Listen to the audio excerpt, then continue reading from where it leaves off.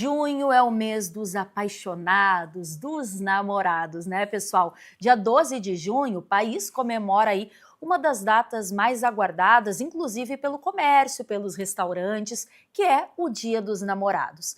Mas é fato que no mundo atual está cada vez mais desafiador as pessoas manterem relacionamentos saudáveis e duradouros. Ou por falta de um parceiro ou parceira comprometido, né, em fazer dar certo, ou também porque algumas pessoas não sabem lidar com as frustrações e até com a diferença do outro. E claro, em outros casos, porque há desrespeito, o que também é bastante grave. Então a gente chamou uma psicóloga especialista em relacionamentos para mergulhar nesse assunto, aproveitando que o amor está no ar e a Luísa já está aqui com a gente. Muito boa tarde, Luísa. Bem-vinda ao Conexão RS. Boa tarde. Estou muito feliz de estar aqui. A gente que agradece. Para falar desse assunto, né, Luísa, que é tão importante, que é relacionamento humano, né? O relacionamento amoroso nada mais é que mais um relacionamento. E aí eu abri essa entrevista falando sobre isso. Tá mais difícil manter um relacionamento? As pessoas não estão afim, não estão dispostas, porque hoje em dia parece, né? A gente tem visto muitos fins de namoro, até fins de casamento. Parece que alguma coisa está acontecendo com as pessoas. Você que é psicóloga, explica pra gente. O que está rolando? Sim, acho que tem diferentes variáveis aí que a gente pode elencar e pensar juntos. Mas fato é, hoje as pessoas têm uma maior consciência, em algum nível, sobre o que esperam de uma relação, o que é importante em uma relação. Então, muitas vezes as relações vão por um caminho e elas estão menos tolerantes a caminhos que são desconfortáveis, a um rumo que para elas não faz sentido. Da mesma forma que sim, existem hoje também muitas situações que a gente percebe que existem ali, o indivíduo daquela relação não está tão disposto talvez a fazer alguns sacrifícios, algumas flexibilidades que uma relação exige. E, portanto, isso acaba ocasionando assim, mais rompimentos, mais frustrações, decepções amorosas, né? Mas, de um modo geral, a gente sabe que se relacionar não é simples, né? Relacionamento tem diferentes exigências, né? Diferentes avaliações, assim, em termos assim, de psicoterapia, né? Quando a gente recebe pacientes em que essa é a demanda de consultório, a gente sempre vai partir dessa ideia de que a gente precisa se conhecer bem antes de qualquer coisa para poder viver uma relação saudável. Se a gente não está bem com a gente, saudável com a gente, a tendência é que isso se estenda para as nossas diferentes relações. Com certeza, essa tua fala é muito importante, né? Porque antes da gente querer entender o outro, mudar o outro, mas é a gente, porque também ninguém é perfeito, né? Quais são as maiores dificuldades que tu tens visto hoje? E eu falo hoje mesmo porque os relacionamentos, como a gente disse, as relações mudaram muito, né? Inclusive as relações que envolvem afeto. Quais são as maiores dificuldades que os casais enfrentam hoje para se manterem juntos? Olha, eu elencaria, assim, especialmente dois. São vários, né? Mas existem dois, assim, que chamam muito atenção. E o primeiro deles é a dificuldade de comunicação.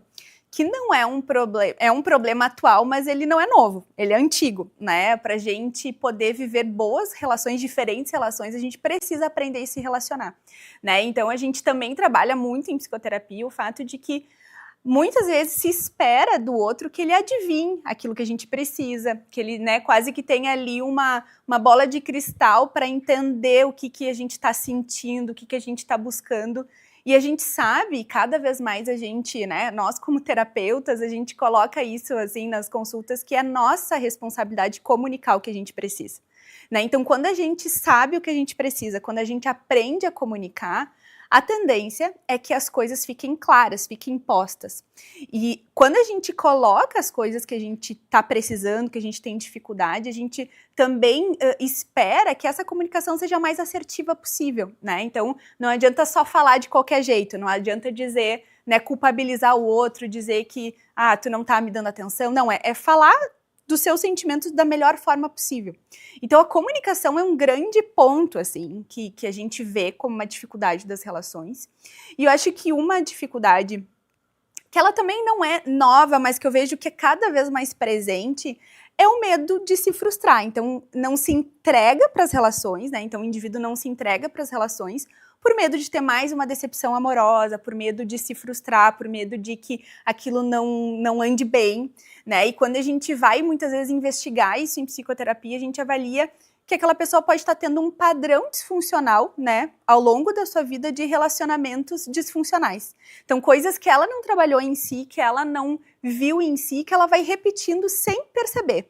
Então, ela vai se frustrando e ela vai achando que muitas vezes o problema é o relacionamento em si. Mas muitas vezes o problema está naquilo que ela não viu nela e que ela precisa organizar para ela poder viver um relacionamento mais saudável. Com certeza. E até indo ao encontro disso, Luísa, que tu tá falando, dessas expectativas e tudo mais, a gente percebe também que muitas vezes as pessoas têm resistência, por exemplo, terapia de casal, né? As pessoas tentam resolver sozinhas, ou elas conversam com pessoas que não vão ajudá-las a resolver nada, e aí aquilo vai crescendo, vai virando uma bola de neve. Qual a importância também dessas pessoas entenderem que o relacionamento saudável, quando ele está enfrentando uma crise, passa também por isso, por essa importância de buscar uma ajuda especializada, porque se de fato a pessoa quer ficar com a outra, ela também vai se permitir viver esse processo de evolução, né? Perfeito, ótimo teu ponto, porque terapias, de um modo geral, já sofreram muito preconceito, né? O buscar terapia ainda existe, mas hoje muito menos. Mas a terapia de casal muitas vezes fala sobre, nossa, né? Então tá se separando, a gente vai buscar só porque tá se separando, e a gente entende que todo o nosso tratamento em saúde são tratamentos preventivos. Então, muitas vezes, o buscar auxílio é o buscar para prevenir, né? Então, essa busca por cuidado na relação, por poder manejar bem uma relação, muitas vezes vai precisar de uma terceira pessoa ali, conduzindo e ajudando aquele casal a olhar para aquilo que está difícil, para olhar para aquilo que eles não estão conseguindo olhar, né? Aquele ponto cego. Então, eu costumo dizer assim que até para se separar, muitas vezes, a terapia de casal é importante no sentido assim de poder fazer esse processo de uma forma saudável e tranquila, né? Cuidando bem dessas duas pessoas, mas antes de tudo, prevenção é a melhor coisa, né? Eu costumo dizer também que muitas vezes são as relações que nos machucam, as pessoas nos machucam, pessoas muitas vezes nos trazem feridas, mas também são novas pessoas e outras pessoas, outras relações que nos curam. E para isso, e para a gente assim, ser curado e curar outras pessoas, a gente precisa estar cuidando muito bem da gente. É verdade. Tu acredita que as pessoas estão mais frustradas, assim, no amor? Porque, que nem tu falou antes, né? A pessoa se fere, daqui a pouco ela se fecha. Ah, então não quero mais me relacionar, nasci pra viver sozinho, vou continuar sozinho, não tenho mais paciência. Outras falam, já não tenho mais idade. Tu acha que as pessoas estão mais descrentes, talvez seja essa a melhor palavra, do amor? Olha, na minha realidade de consultório, vejo que sim, vejo que é uma boa porcentagem das pessoas que me procuram. Justamente por isso, né? Por terem uma série de decepções e por acreditarem que, assim, existem variáveis hoje que fazem com que coisas de fato estejam piores nas relações, então, ou que não priorizem as relações. Então, a gente é uma geração que prioriza a carreira, né, que busca estabilidade, e que isso por si só não é um problema, né? Mas muitas vezes o priorizar uma relação vai para um segundo lugar, e é um dado. Mas, de fato, as pessoas estão mais frustradas porque só depois de uma série de situações difíceis é que elas vão talvez parar para pensar assim, tá, mas o que tem de errado, talvez, no meu poder de escolha, na minha escolha, naquilo que eu talvez esteja deixando de ver, eu estou deixando sinais de lado e estou só ali envolto nas minhas expectativas, na minha idealização, né? Então, eu costumo falar muito isso também em consultório, nas redes sociais, que é o quanto que muitas vezes a gente está amarrado nas nossas expectativas e deixa de lado aquilo que é a evidência do comportamento do outro, né? Então, assim, muitas vezes a gente está frustrado porque o outro não se coloca como um parceiro sério, alguém que quer algo a mais, mas ele está mostrando isso. Por que eu estou escolhendo esperar por algo que claramente não é aquilo que ele está me dando? Então, as frustrações começam desde aí. E a descrença na relação começa desde aí. Então, quanto mais eu me treino para poder entender esses sinais, poder entender aquilo que é importante para mim, poder sair de relações que não têm futuro e que me tiram, assim, perder tempo, né? Uma perda de tempo, menos uma frustração na minha vida, vai ser melhor para mim. Com certeza. Falando sobre agora uma parte mais polêmica dos relacionamentos, né? A gente também tem visto uma geração aí falando do tal do relacionamento aberto, né? Pessoas que se relacionam com tem outra pessoa, não é mais o casal, é um trisal e tudo mais. Claro, se a pessoa vive isso, ela não encara como uma traição, tanto que o tema o nome é relacionamento aberto. Mas eu queria saber na prática, eu tenho muita curiosidade de saber na prática, Luísa, e o que essas pessoas muitas vezes vivem no seu íntimo, e tu como psicóloga pode revelar isso aqui pra gente.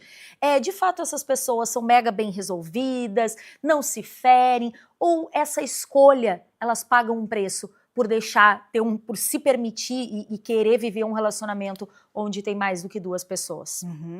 Ótima pergunta.